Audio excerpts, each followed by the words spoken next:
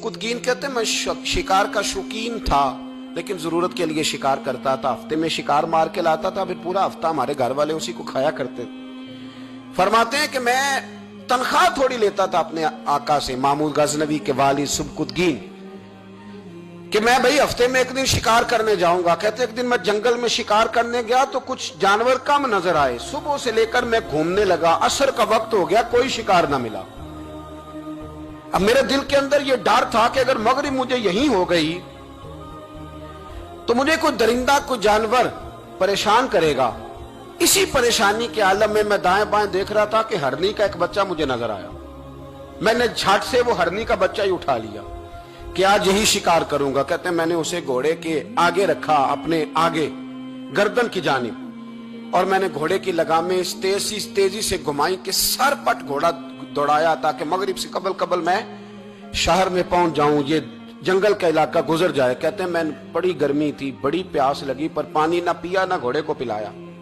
Sir पट दौड़ाया इस डर से कि कहीं ऐसा ना हो कि मैं जंगल में मुझे शाम हो जाए। कहते हैं जब मैं शहर से बाहर पहुंच गया तो मगरिब का वक्त भी शुरू हो गया। कहते हैं अभी मैं पहुंचा ही था, मैंने वहां घोड़े को रोका, खुद भी पानी पिया, जानवर को भी पिलाया।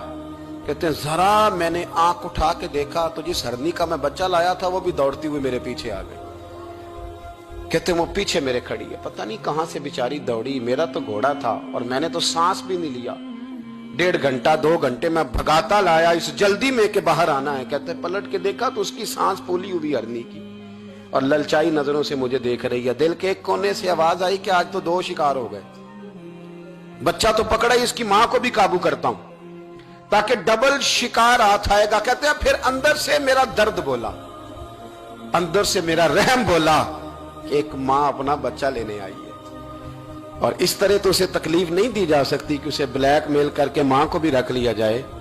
कहते हैं जब मैंने उस हरनी की तरफ देखा तो उसकी नजरों में सवाल था, उसकी नजरों के अंदर सवाल था, कुछ मांग रही थी। कहते मैंने उस बच्चे की पुश्त पर हाथ फेरा, फिर मैंने बच्चा छोड़ दिया। कहते उसने पहले बच्चे को बाजुओं में लिया, फिर अपनी जुबान से अपना बच्चा चाटने लगी।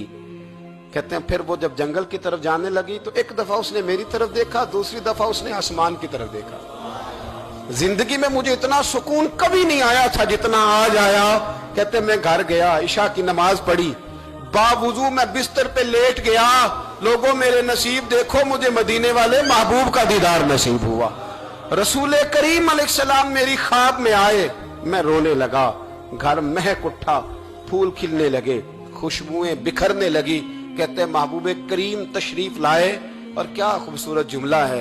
महबूब फरमाने लगे ओ सुबकुतगीन, अगर तुझे बादशाह बना दिया जाए तो इंसानों के साथ भी इसी तरह रहम करेगा ना जिस तरह आज हरनी के साथ किया है।